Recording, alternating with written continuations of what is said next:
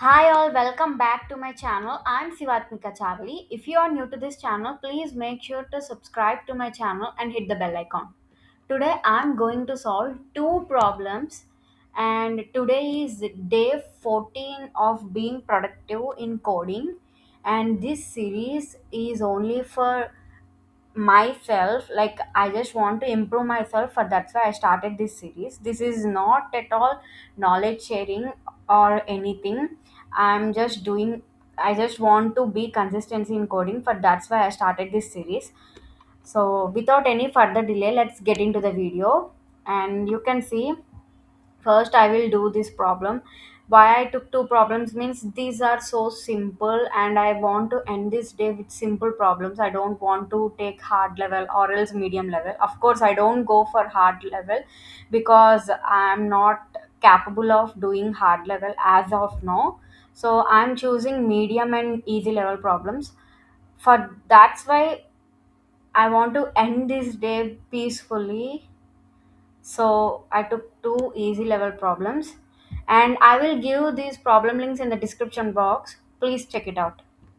So non-repeating element, basically this problem statement is like we need to return the element that it is not duplicate. See here in this example, minus one is repeated, two is repeated, three is the only element that is not repeated. So here the output is three. In the same way, one, here there is no non-repetitive element, so we need to return zero. And you can see the expected time complexity order of n, and auxiliary also order of n. So they didn't mention any kind of space as order of one, so let's use hash map. We can use, right, because we have built-in library this is, so we can use of it. So hash map stores the elements in key value pairs. Hash map.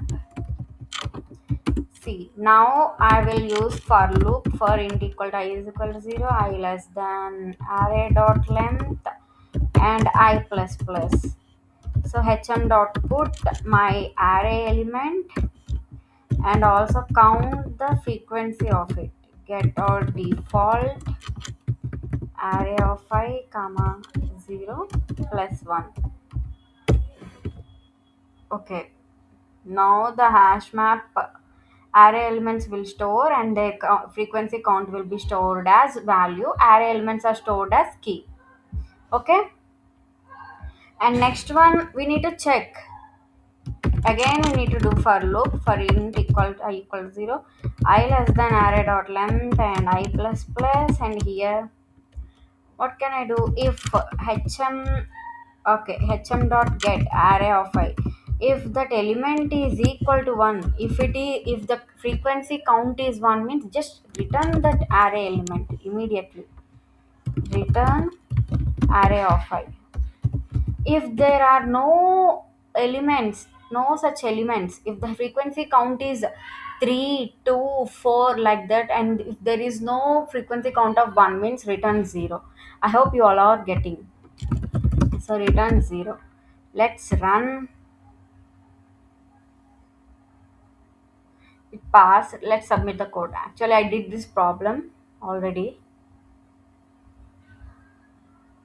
Okay,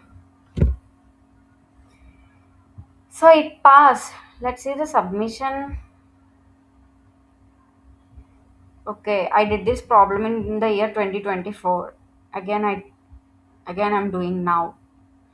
So this is so simple. All we need to do is hash map, and as they mentioned auxiliary space of order of n, I just use auxiliary space. And here hash map stores the key as array elements and the frequency as values. And then again the for loop will execute here, and if the array element frequency is 1 means it will return that element. If the frequency is not 1 means it will just continue the loop. That's it. Okay, now this problem is completed. I hope you all got this problem. So let's do the next one. Find the transition point.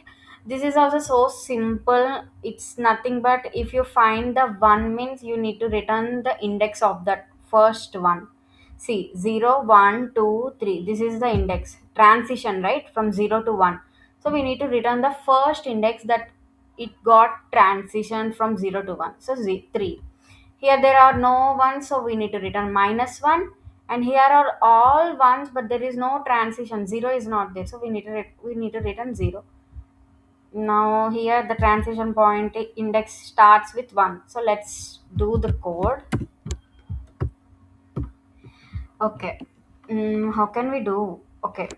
Let's use for loop for int I equal to 0, I less than array dot length I plus plus, and here if if array of I is equal to 1 means immediately return my index number. Okay. Now we need to handle this case. Okay, if there is no one means we need to return -1. Then how can we handle this case? Simple. If array of 0 itself is okay, if array of 0 itself is 1 means we can return, we are handling this one. Actually this test case will be handled with this loop itself. Okay, we need to handle this one. If array of 0 itself is 1 means we need to return 0. That means there is no transition point. Okay, I hope you all got this coding problem. It's nothing but it's really very simple. We need to find the transition point. That's it. So all test cases are covered. Let's compile and run. Let's see whether it will run or fail. Okay, compilation is completed. Next, let's submit. Okay, it's passing. It passed. Let's see the submission date once. Okay, this is also I did in 2024. Okay. So that's it from today. That's it for today. Thank you for watching. Please do subscribe to my channel.